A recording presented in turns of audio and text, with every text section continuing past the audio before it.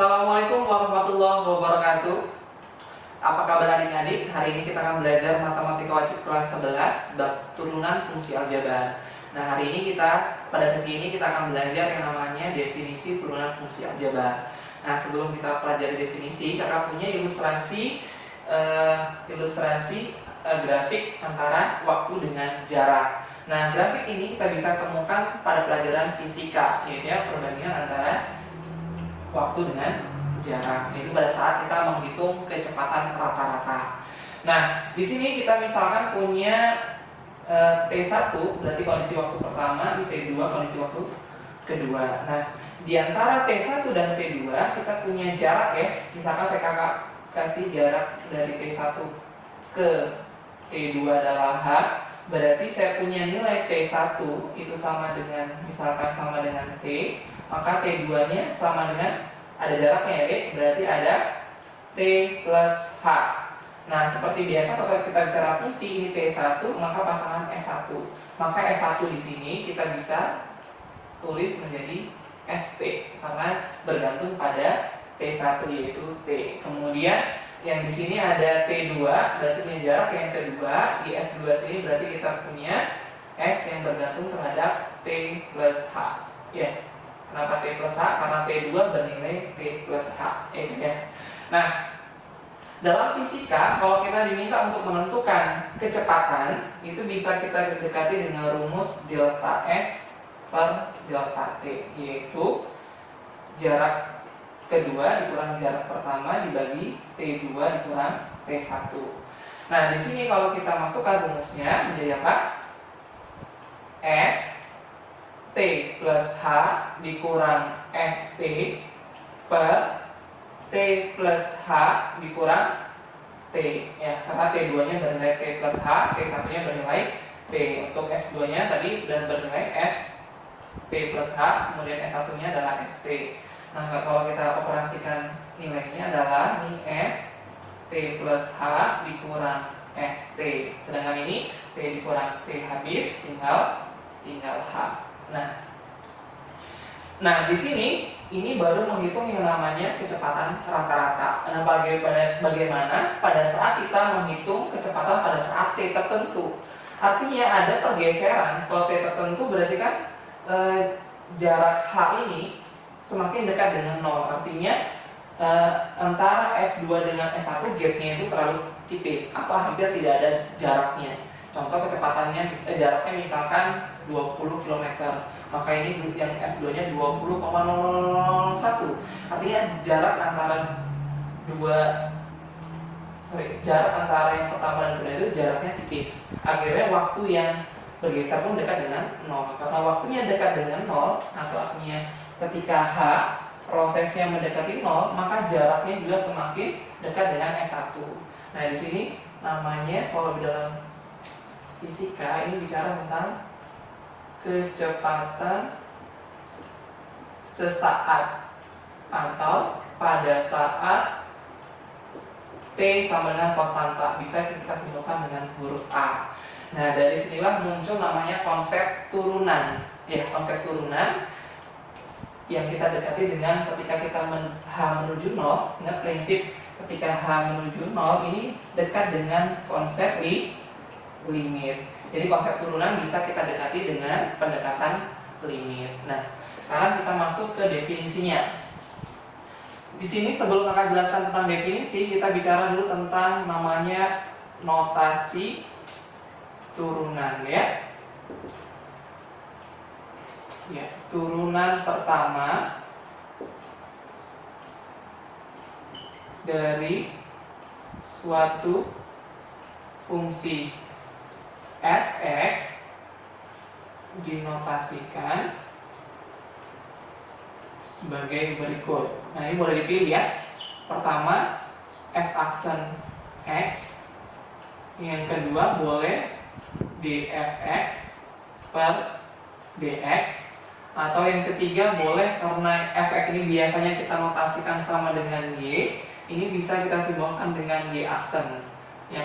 Yang keempat itu kita bisa ganti dengan dy per dx. Jadi notasinya ada 4. Jadi adik-adik nanti kalau bertemu dengan notasi seperti ini, berarti itu artinya turunan pertama dari suatu fungsi f(x). Nah, masuk ke definisinya, tadi kita punya f aksen x. Jadi definisinya kakak ambil notasinya menggunakan f aksen x. Sekarang kakak akan menurunkan fungsi terhadap f(x). Tadi kita dekati dengan konsep limit, yaitu limit h menuju 0 dari suatu fungsi f.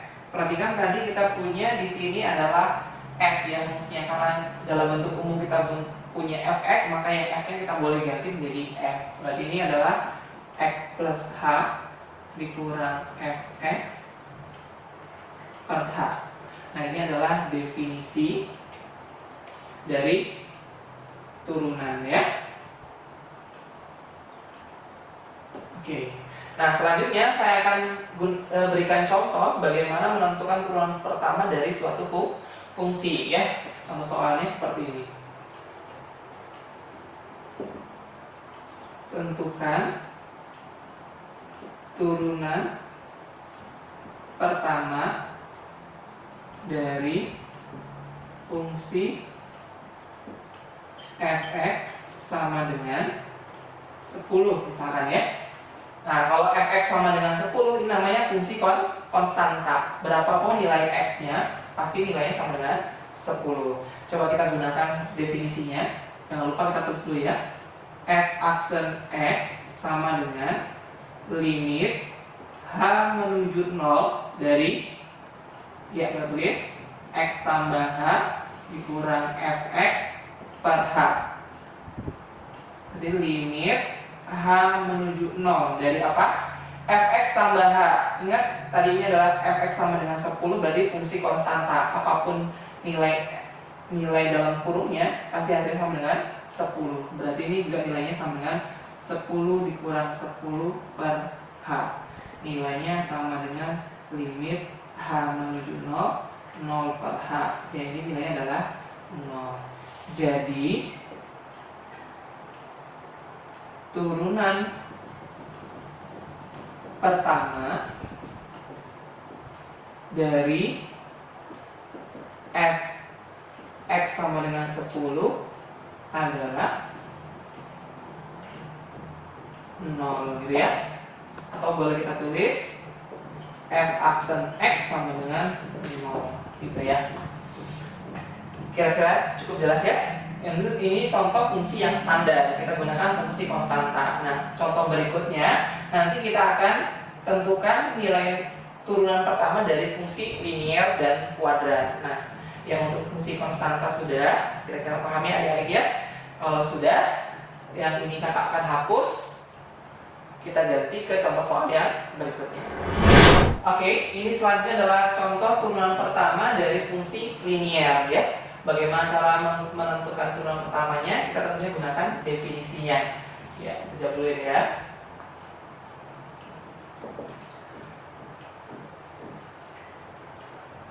Ingat definisi apa? F aksen x sama dengan limit h menuju 0 dari f(x) ditambah h dikurang f(x) per h. Ya. Berarti masing-masing dari fungsinya kita substitusi ya. Adik-adik masih ingat f(x) tambah h ini artinya fungsi komposisi terhadap x tambah h. Cara mudahnya simpel. Di sini kita punya fungsi f(x) ya, yang ditanya adalah f(x) tambah h. Biar gampang sih, kita patokannya ke fungsi f(x)-nya. Di fungsi f(x)-nya ini kan ada 3x ya. Maka x yang kita kurung deh. Berarti setiap yang kita kurung, kita ganti nilainya dengan x tambah h untuk fungsi x tambah h. Ini sama dengan jadi apa nih?